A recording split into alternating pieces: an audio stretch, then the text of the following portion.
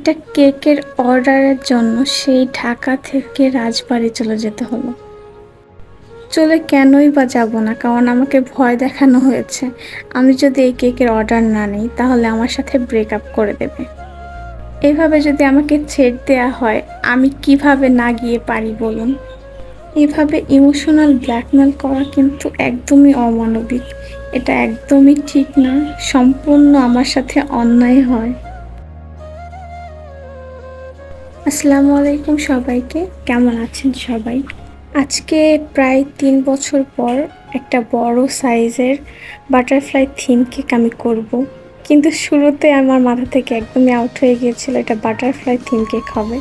আমি আবার উঠিয়ে বাটারফ্লাই শেপ দেওয়ার জন্য মাঝখান থেকে কেকটাকে ভাগ করে নিই আর আমার কাজগুলো স্টেপ বাই স্টেপ শুরু করে নিই। আজকের এই কেকের ফ্লেভার ছিল ২টা। এক সাইডে যাবে হচ্ছে অরেঞ্জ ফ্লেভার আর আরেক সাইডে যাবে হচ্ছে লেমন ফ্লেভার। আমরা অনেক সময় একসাথে ২টা ফ্লেভার ট্রাই করতে চাই, আবার এমনও থাকে যে ফ্যামিলিতে আমার একটা ফ্লেভার পছন্দ আবার অন্য কারো অন্য একটা ফ্লেভার পছন্দ, তো সেক্ষেত্রে হাফ হাফ করে কিন্তু এভাবে ২টা ফ্লেভার অ্যাড করে একটা কেক নেওয়া যায়। আমি বেকিং নিয়ে যখন কাজ করি তখন একদম শুরুতে এরকম ২ পাউন্ডের মধ্যে একটা বাটারফ্লাই থিম কেক করেছিলাম আর আজকে করছি। এখন তো বাটারফ্লাই থিম কেক যেন একটা ট্রেন্ড। অনেক ছোট বড় বেকারস আপু ভাইয়া অনেক গুণী গুণী মানুষ আসলে এটা রিক্রিয়েট করেছে, তো ভাবলাম আমিও একটু করি। কেকটা একদমই কাস্টমাইজ ছিল না, আমাকে বলা হয়েছিল যেন আমি আমার মতো করে একটা কেকের ডিজাইন করে দিই, কারণ আমার ক্লায়েন্টের আস্থা ছিল যে আমি যে ডিজাইনই করি না কেন ভালো হবে। সর্বদাই সে আমাকে কোনো ডিজাইন সিলেক্ট করে দেয় না, বলেছে ডিজাইন তো আমি জানি কি দিতে হবে, আমার থেকে বেটার আর কেউ দিতে পারবে না, এমন একটা আস্থা তার।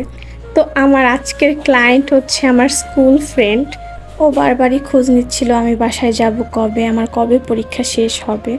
যখনই শুনতে পেয়েছে আমার পরীক্ষা শেষ তখন থেকেই বলছে যে তুই বাসায় চলে আয়, আমি জানি না তোর কাছ থেকেই আমি কেক খাবো। ওর নাকি আমার কেকই লাগবে, আমার কেক ছাড়া হবে না। আমি শুধু বারবার বলছিলাম সম্ভব না সম্ভব না, এরকম ২-১ দিনের জন্য বাসায় যাওয়া যায় না, ওইভাবে কোনো বড় ছুটি নেই। তো ও আমাকে বলছিল তুই যদি না আসিস তাহলে তোর সাথে ব্রেকআপ।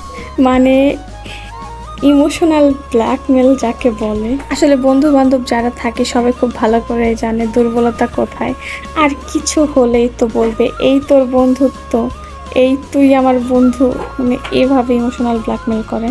তো আমার তো ওভাবে বড় ছুটি ছিল না আর সহজে আমি বাসাও যাইতে পারবো না।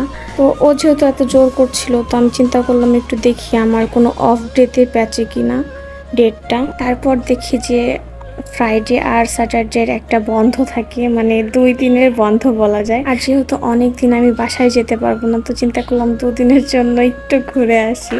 আর আমার আম্মু সবসময় বলে তুই ১ দিনের ছুটি যাই পাস মন চাইলেই বাসায় চলে আসবি। তো এক প্রকার জোর করে আর নিজেও বাড়ির টানে চলেই গেলাম বাসায়।